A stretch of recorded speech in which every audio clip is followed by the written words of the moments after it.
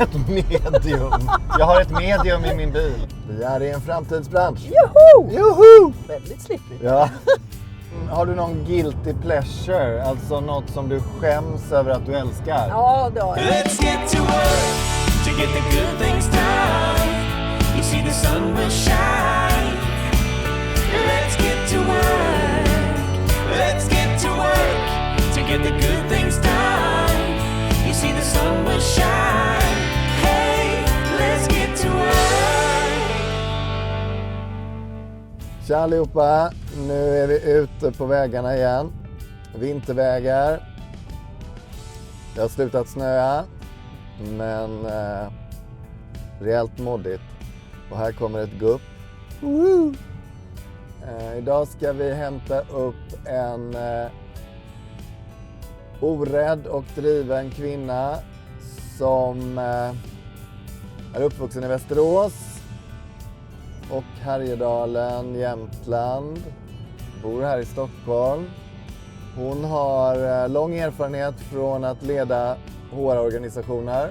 Från bland annat PVC, Kramo, Historiska museet och just nu Dirac, som vi ska få veta mer om, ett bolag i Uppsala. Det blir spännande, så häng med!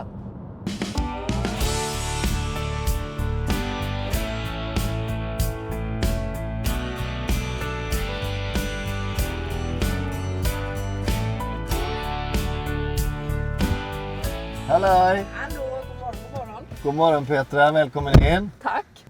Yeah! Vi är på väg. Petra och Fredrik on the road.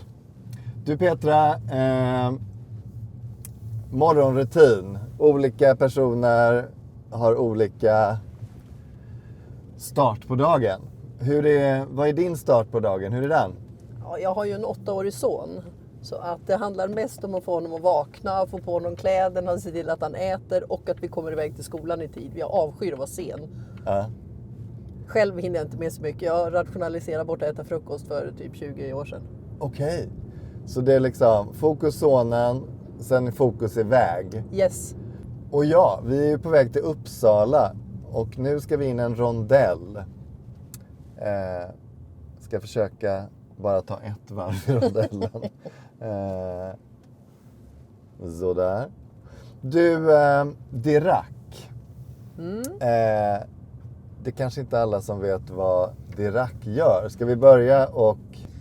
Dirac är ett Uppsala-baserat techbolag, ja, rakt fram, som jobbar med upplevd ljudförbättring kan man säga i olika miljöer. Som bilar, i mobiltelefoner, hemmabianläggningar och så vidare. Väldigt intressant för stora kunder som till exempel bilindustrin. Just det. Varför ska man jobba på Dirac? Vad är det roligaste eller bästa? Ja, det är en väldigt innovativ miljö.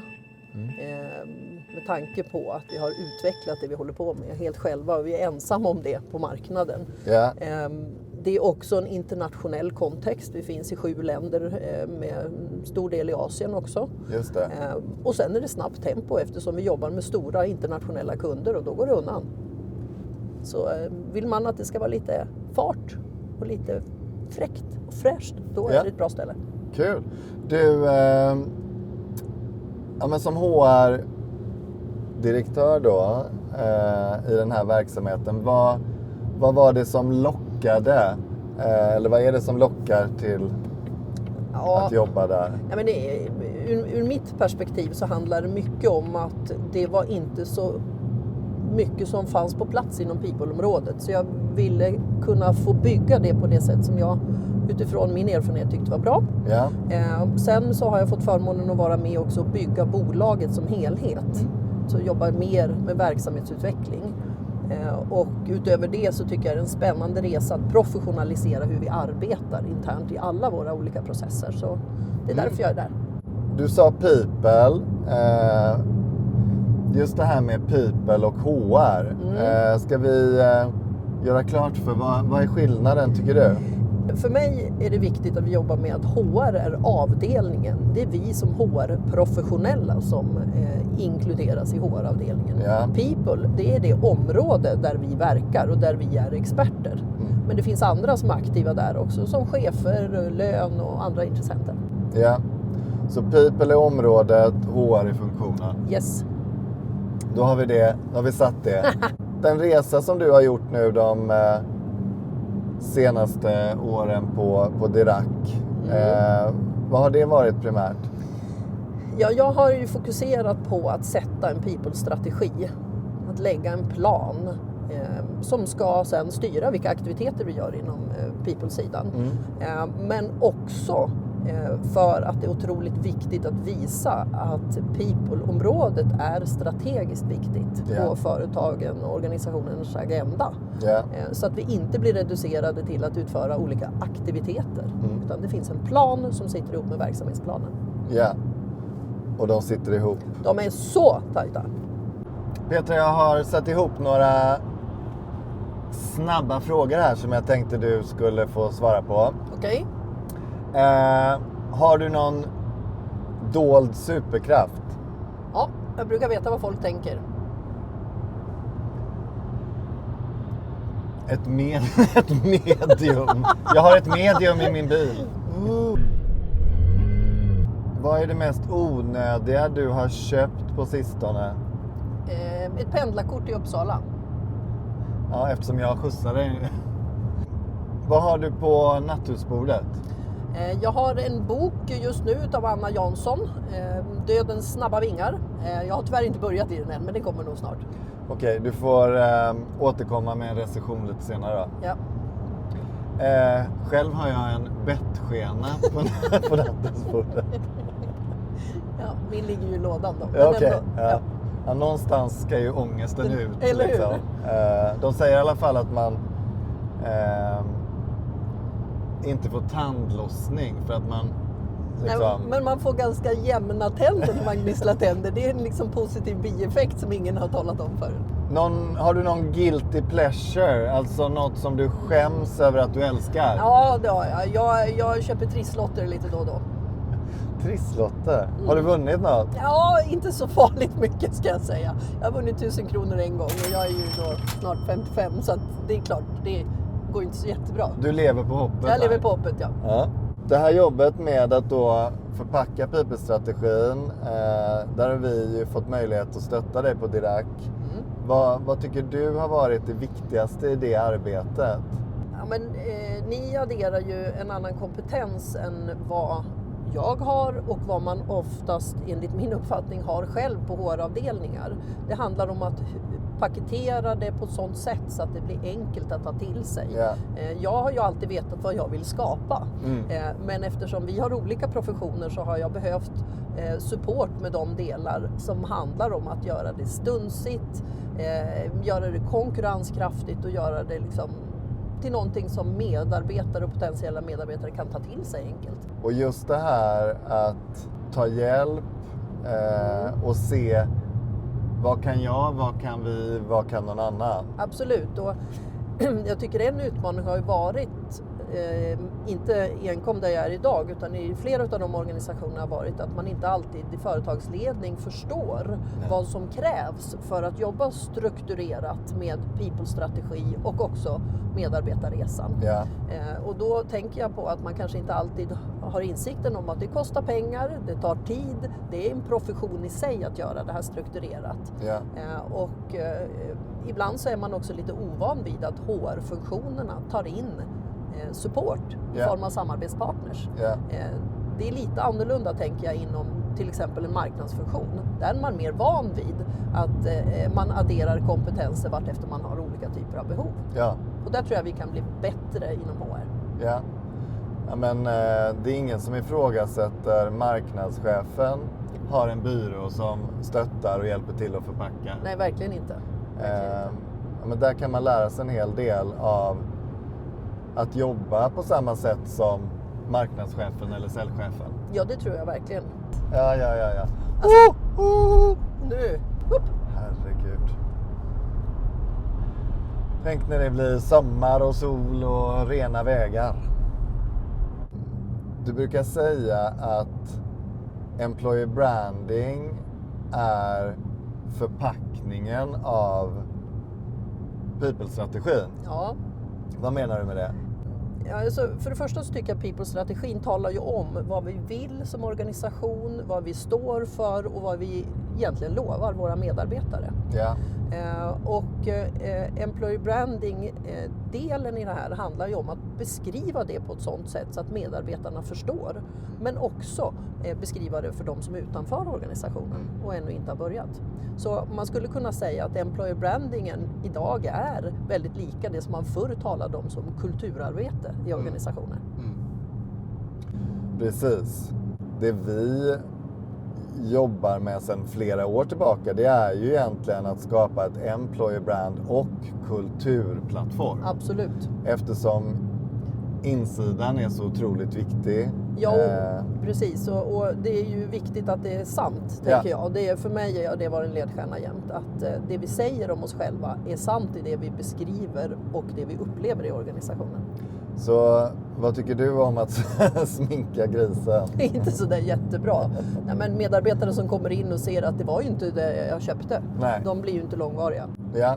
Så ett autentiskt arbetsgivarvarumärke som både ska rikta sig mot befintliga medarbetare för att behålla. Ja, men också mot potentiella. Såklart.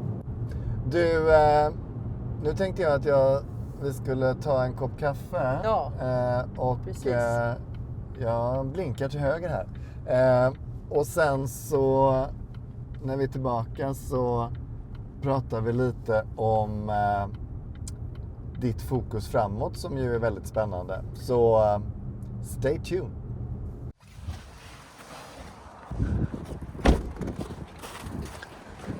Coffee time! Då ska vi se. Och här har vi då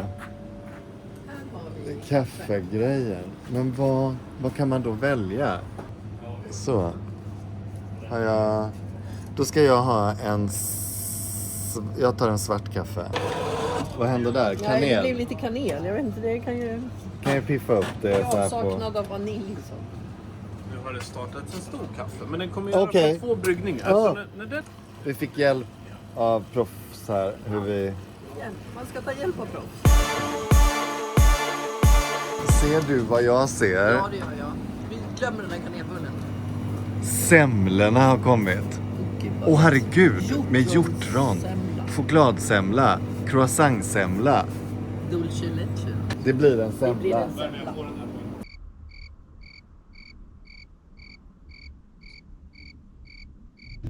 Kan du komma? Vi har köpt en semla till dig. Jaha, okej.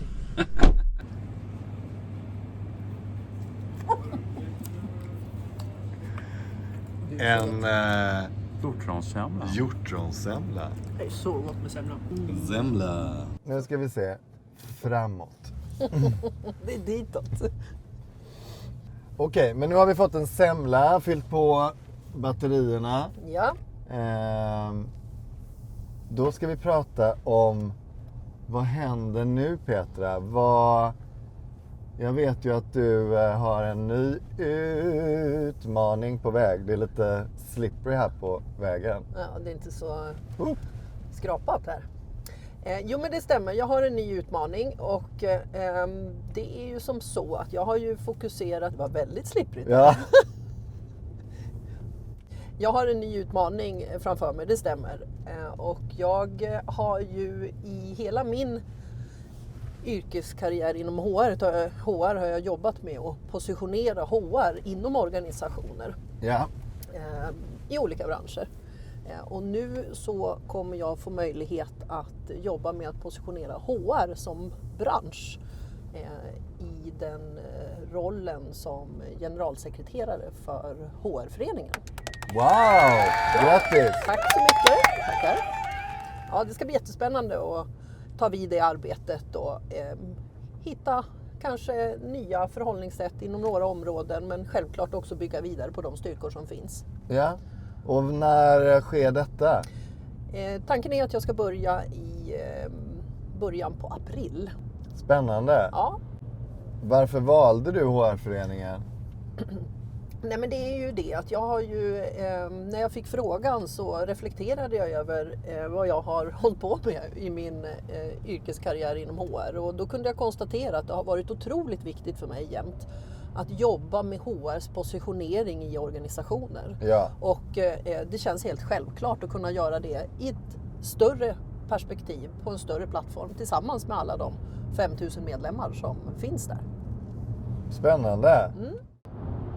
Någonting du skulle vilja skicka med från det vi har pratat om på den här turen till de som kollar? Nej, men jag tänker att det är ju uppenbart att people är ett framtidsområde. Det strategiska arbete som vi pratar om som en del utav HRs verksamhetsområde kommer AI inte att ta över. Nej. Det kan ske andra typer av effektiviseringar i processer och arbetssätt. Men det strategiska kommer alltid att innebära att vi har en dialog och förväntas vara involverade i den med ledningsgrupperingar. Det är det ena. Det andra är då att vi ska inte vara rädda för AI, utan det handlar om att hitta vägar att använda AI så att vi kan fokusera på de områden där vi adderar mest värde. Ja. Och det tredje är ju att värdet och behovet av vårt strategiska bidrag kommer bara att öka. Vi är i en framtidsbransch. Joho! Joho! Nu ska vi av. Här ska vi av. Ja. Nu är vi i Uppsala. Ja, där borta ser du domkyrkan och slottet. Vad kan man göra i Uppsala? Vad brukar du hitta på din fritid? Ja, i Uppsala gör jag ju inte särskilt mycket annat än att jag är på kontoret och besöker en och annan restaurang i närheten. Nu ser man faktiskt vårt kontor. Det hjälper inte er som tittar förstås. Men det är väldigt spacigt. Det är ju helt liksom guld på utsidan. Härligt Petra, vi är framme. Ja. Vad härligt att få köra dig. Ja, tack för skjutsen. Så lite. Vi får väl se om jag kan få skjutsa dig till din nya arbetsplats längre fram. Det kommer du säkert få göra. Det blir dock en mycket kortare resa. Yes. Bra, tack ha för det idag. Så gott. Ha det bra. Hej då. Hej.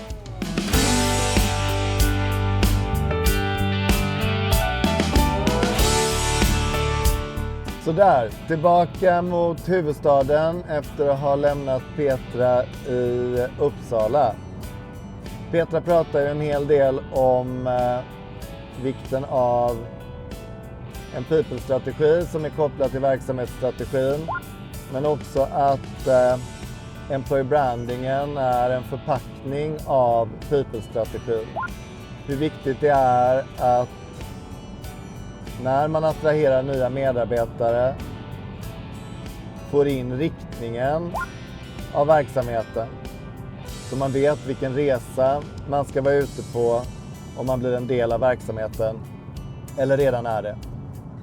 Jag tror att vi kommer se mer kultur och employee branding-plattformar framåt. Kommunikativt material som både går att använda ut mot potentiella medarbetare men också mot befintliga.